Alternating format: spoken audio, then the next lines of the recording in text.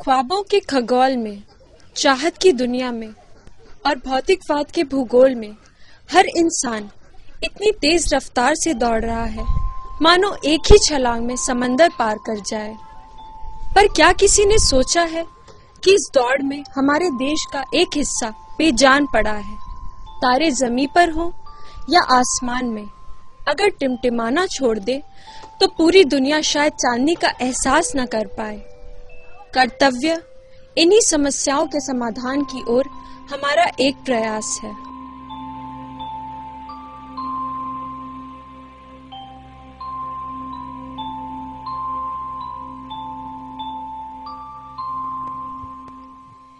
इतने निश्चिंत रूप से सो रहे इस मासूम बच्चे को तो शायद अभी ये पता भी ना होगा कि आगे आने वाली जिंदगी कितनी कठिन हो सकती है।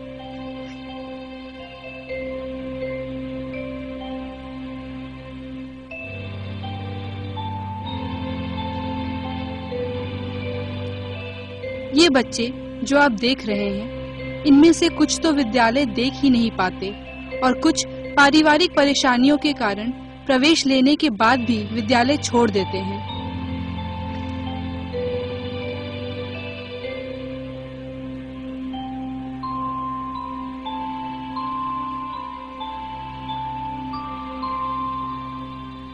किसी के लिए ये कमाऊ हाथ है तो किसी के लिए घरेलू काम करने के साधन।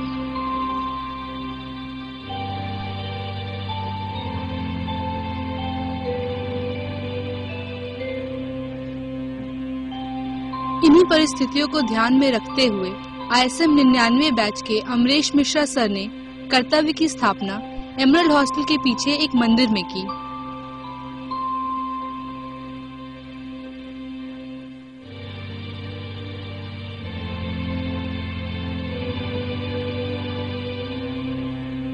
वर्तमान में कर्तव्य के कुल 6 केंद्र हैं, जिनमें 2 धनबाद में तथा शेष 4 क्रमशः रांची, जमशेदपुर, दुर्गापुर तथा पटना में स्थित हैं।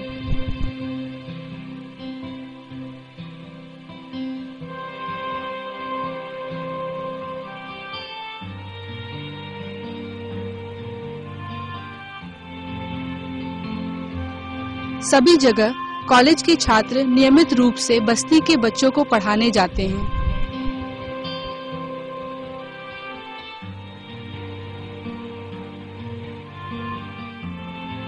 केंद्र की नियमितता बरकरार रखने के लिए छुट्टियों के समय इस काम के लिए ग्रेजुएट लड़कियां चुन ली जाती हैं। धनबाद केंद्र के पास हमने एक पुस्तकालय की व्यवस्था भी कर रखी है, जहां सभी बच्चों को पढ़ाई के साथ साथ कला, संगीत और अन्य कार्यों का भी ज्ञान दिया जाता है।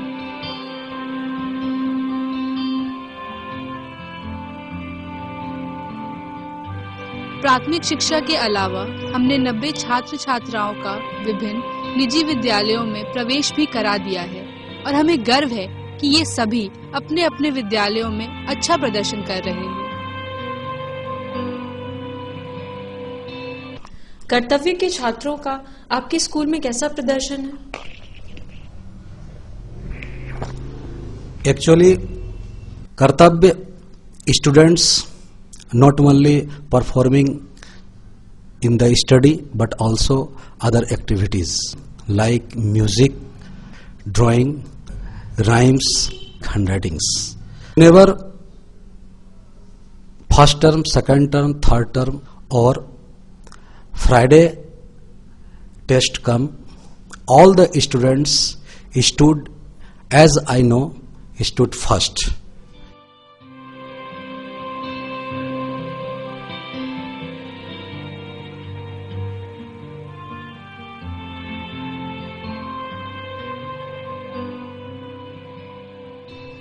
आइए अब हम मिलते हैं कर्तव्य की एक ऐसी छात्रा से जिसे इस समाज ने न केवल एक अशिक्षित, बेरोजगार और शराबी पिता दिया, बल्कि हाल ही में निर्धनता के कारण उसकी मां का देहांत हो गया, जिस वजह से घर की सारी जिम्मेदारी उसके नन्हे कंधों पर आ गई।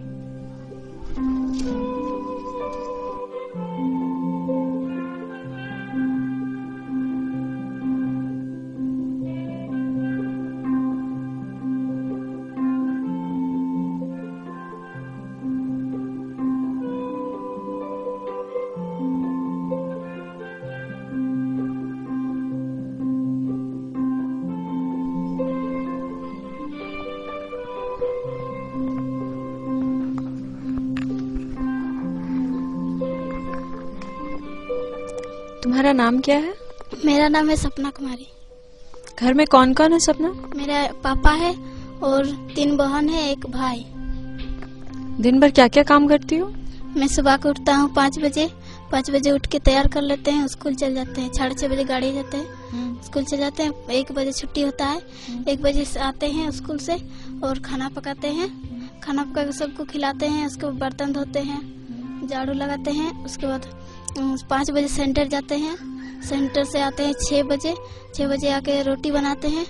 रोटी बना के लाइब्रेरी जाते हैं 7 बजे। 7 बजे से आके 9 बजे सो जाते। 9 बजे आते हैं और 7 बजे सो जाते हैं आके। दिन भर इतनी मेहनत करती हो फिर भी पढ़ाई हो जाती है? यस मिस, हम घर का काम भी करते हैं और पढ़ाई भी करते हैं। कुछ बड़ी होके बनना चाहती हो? कुछ सोचा है? यस मिस, मैं बनना चाहता हूँ इंजीनियर क्यों बनना चाहती हो सपना? मिस उसमें गाड़ी बनाएंगे, कार बनाएंगे, स्कूटर बनाएंगे, सब कुछ बना लेंगे। बहुत मेहनत करनी पड़ेगी इंजीनियर बनने के लिए। यस मिस, हम घर का काम भी करेंगे और मेहनत भी करेंगे।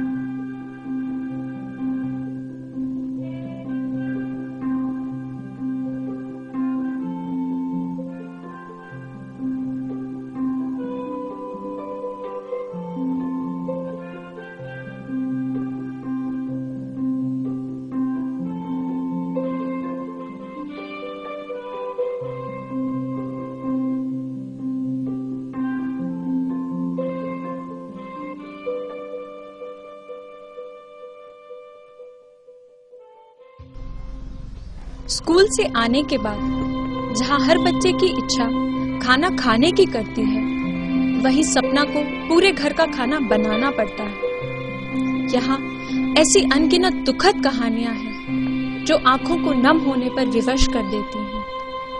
ऐसे निर्धन छात्र छात्राओं की शिक्षा एवं हमारे विचारों को आगे बढ़ाने के लिए हमें एक विशाल कोष की आवश्यकता होती है।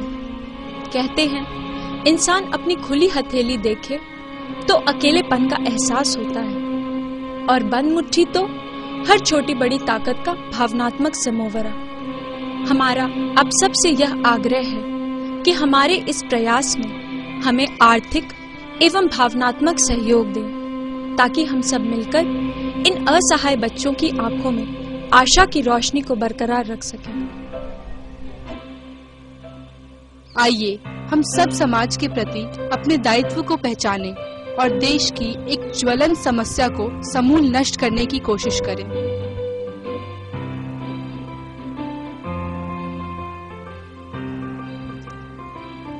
न पूछो मेरी मंजिल कहाँ है, अभी तो सफर का इरादा किया है।